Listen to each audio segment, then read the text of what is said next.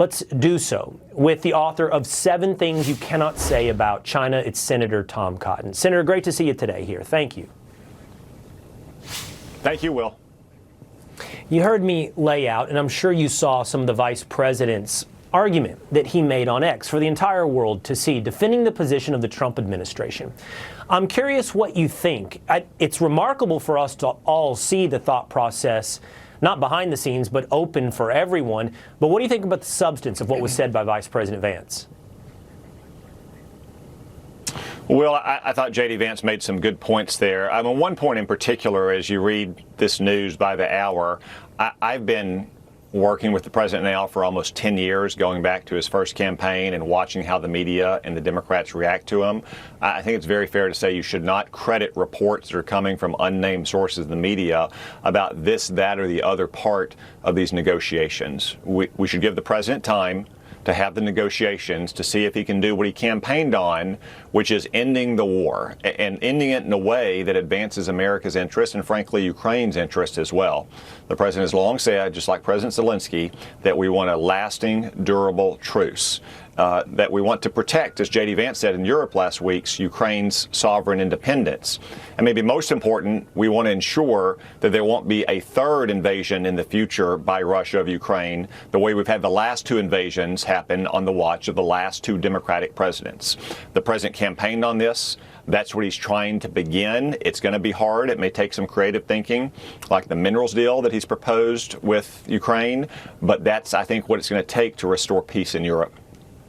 Senator, what I find fascinating is that the 2 camps seem to have been broken into categories like follows. First, there's a camp that argues perhaps talking to the Russians, but certainly acknowledging the lay of the land in the war is a sense of appeasement. On the other side is, I think, the argument being laid out by J.D. Vance, you have to start with acknowledging reality. And this is the reality of the war today. And we can't pretend if the United States continues to shovel money into Ukraine that that's all of a sudden going to roll back the lines that existed before the war.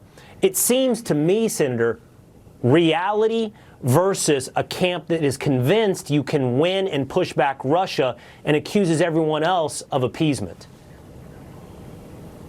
Well, you have to take account of the reality of where things stand today, Will, and unfortunately, it's a mess that we all inherited from Joe Biden. You know, it was Joe Biden's weakness, particularly in Afghanistan, that tempted Vladimir Putin to do what he's always wanted to do and what he had done once before, which is invade Ukraine. And then Joe Biden pussyfooted around for 3 years and put Ukraine on the back foot. And it's clear now in retrospect that Joe Biden's strategy, if you can call it that, was to lose just to wait until after the election.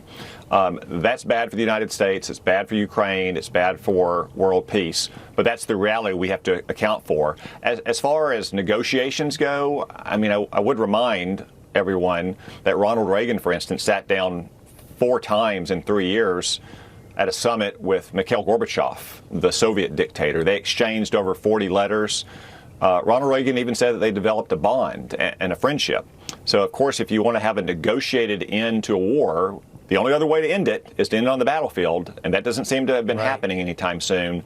Then you have to negotiate with both parties. You don't have to be at the same quote-unquote table. Maybe it'll be shuttle diplomacy of the kind that Richard Nixon and Henry Kissinger conducted in the 1970s in the Middle East. But you have to have negotiations if you're not going to have a victory on the battlefield, and that doesn't seem to be coming anytime soon.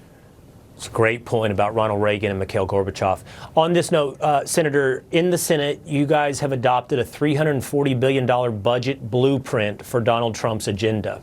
This is after a huge vote-a-rama. Can we just, I want to clarify one thing in this package. People have wondered whether or not it would be. Was there any continued funding of Ukraine in the Senate's budget proposal?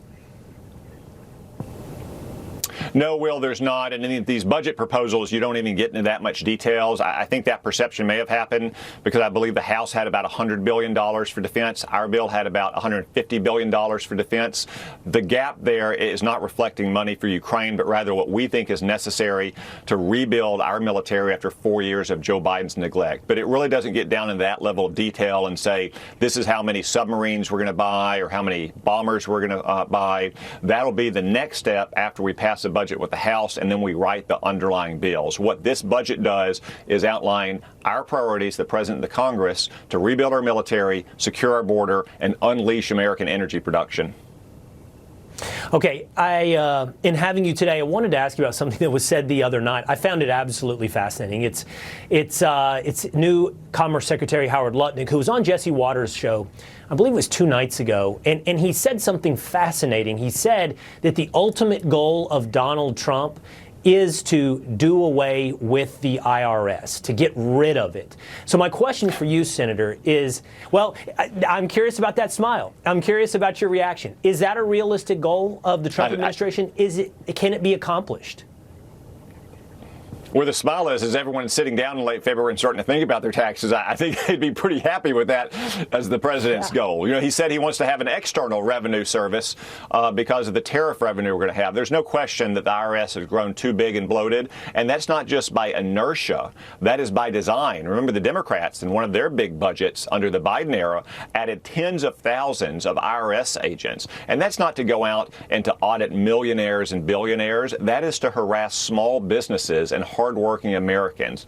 So the administration has already taken steps to roll back some of those early hires at the IRS, and I look forward to cutting everyone's taxes in the budget soon to make sure the IRS has even less power and influence over your lives and that you're keeping more money in your own paycheck each week.